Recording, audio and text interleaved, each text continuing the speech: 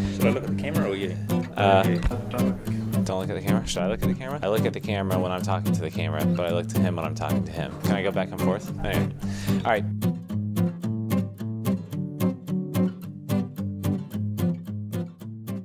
Hello and welcome to the first behind-the-scenes look at Tait Communications. We want to give you guys an insider look into the people and passion that go into making the communication solutions that help drive your business forward. I'm here today in the usability design area, and this is where ideas begin at Tait. I'm here with Rodney, and he's going to tell us a little bit about what goes on here. Hello, Rodney. Hi, Evan. How are you today? Good, thanks. So what do you guys do in usability design?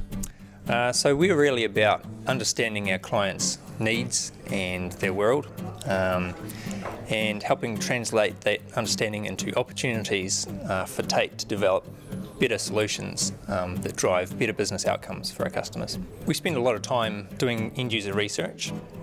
We actually have members of our team embedded within client organisations so that we can better understand how they operate, what they do in their daily jobs, particularly the end users out in the field, the ones that are using the solutions that we provide.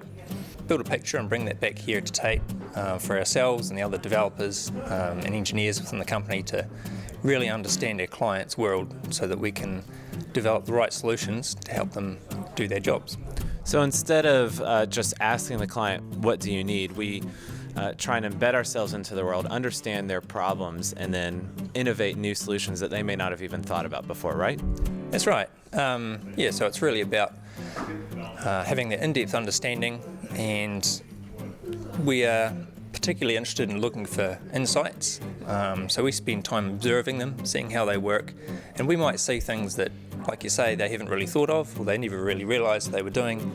But with our unique understanding of technical solutions, we can see opportunities to help them work safer or faster. So Rodney, a lot of this stuff sounds really interesting. Do you mind if you show me around the usability area and just what some of this actually looks like? Absolutely. Let's have a look. All right.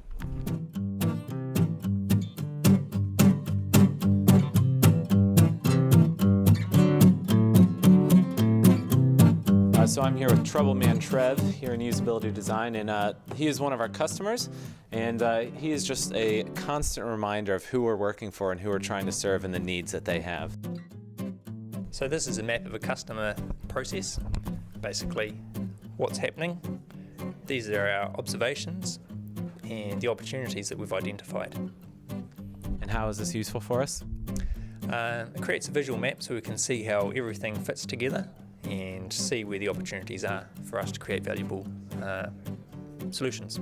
Okay, so this is a persona right here. So Rodney, what do we use these for?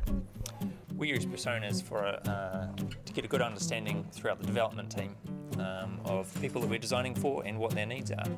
It means we can keep focused on the end user who's using the product and making sure that we're developing something that's going to be right for them and the work they do. We'll sketch out ideas, draw up some concepts, build some prototypes, as you can see here.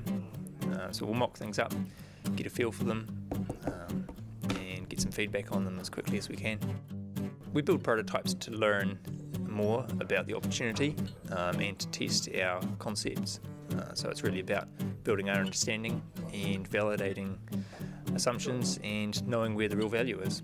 So even before a product's ready for launch necessarily, we build a prototype and then we go to the client or the customer and say, hey, here's our prototype, will you give it a test so we can really understand if it's working in their world or not? Yeah, that's right.